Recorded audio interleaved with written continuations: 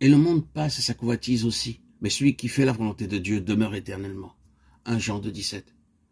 Si un enfant de Dieu désire jouir du Canaan céleste, il doit mener une vie de complète séparation d'avec le monde. Les méthodes et les plaisirs mondains. Pourquoi le peuple de Dieu est-il stérile? Il a un bon enseignement et pourtant il est aveugle et stérile. Une des raisons est l'alliance avec le monde dans l'habillement et la mode, le mariage et les affaires. Comment de telles personnes peuvent-elles connaître la provision qui est dans le Seigneur, Jésus-Christ? Il est notre breuvage et notre aliment céleste. Il nous accorde une abondante satisfaction, mais on doit être sincère devant lui. Cela signifie peut-être que certains devront attendre plusieurs années avant de se marier à cause de la difficulté pour trouver un partenaire vraiment spirituel. Mais cela vaut mieux que de mener une vie de plaisir et demeurer spirituellement stérile. Plus tard vint l'édification du temple. Dieu choisit David et après plusieurs années de souffrance, il reçut le plan céleste.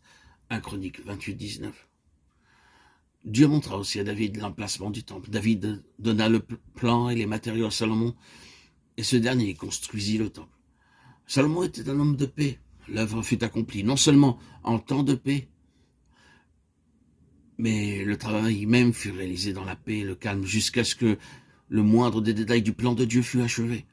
Puis le roi et le peuple apportèrent des sacrifices et des offrandes. Soudain, le feu tomba du ciel et le temple fut rempli de la gloire de Dieu.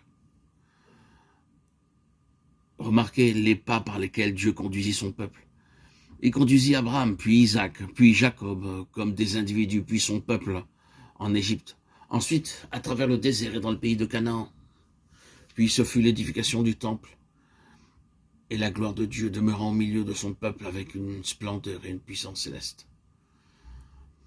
Lorsque les enfants d'Israël vinrent au désert, ils errèrent pendant 40 ans sans posséder ni champ, ni édifice.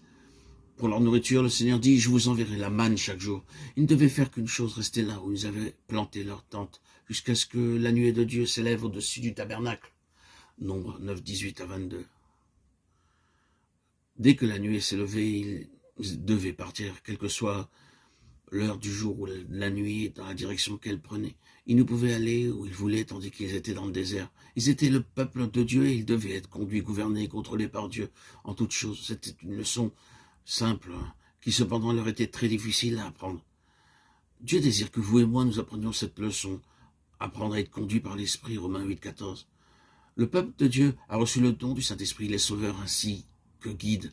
L'enfant de Dieu ne doit être dirigé et gouverné que par lui seul. Ceci n'est possible que lorsque nous mourrons à notre volonté. Il faut beaucoup d'années pour apprendre cette leçon, car tous ceux qui sont conduits par l'Esprit de Dieu sont fils de Dieu. Romains 8, 14.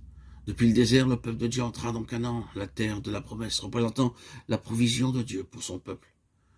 Dieu leur commanda de ne faire aucune alliance ou ligue avec les habitants du pays, de ne pas se marier avec eux. Cependant, par leur désobéissance, ils faillirent envers Dieu. Lorsque les Gabaonites vinrent auprès de Josué, celui-ci, sans chercher le conseil de Dieu, fit alliance. Et ces mêmes hommes devinrent un piège pour eux. Progressivement, les mariages mixtes se firent, l'idolâtrie et d'autres choses interdites furent à l'ordre du jour, et le peuple devint spirituellement aveugle.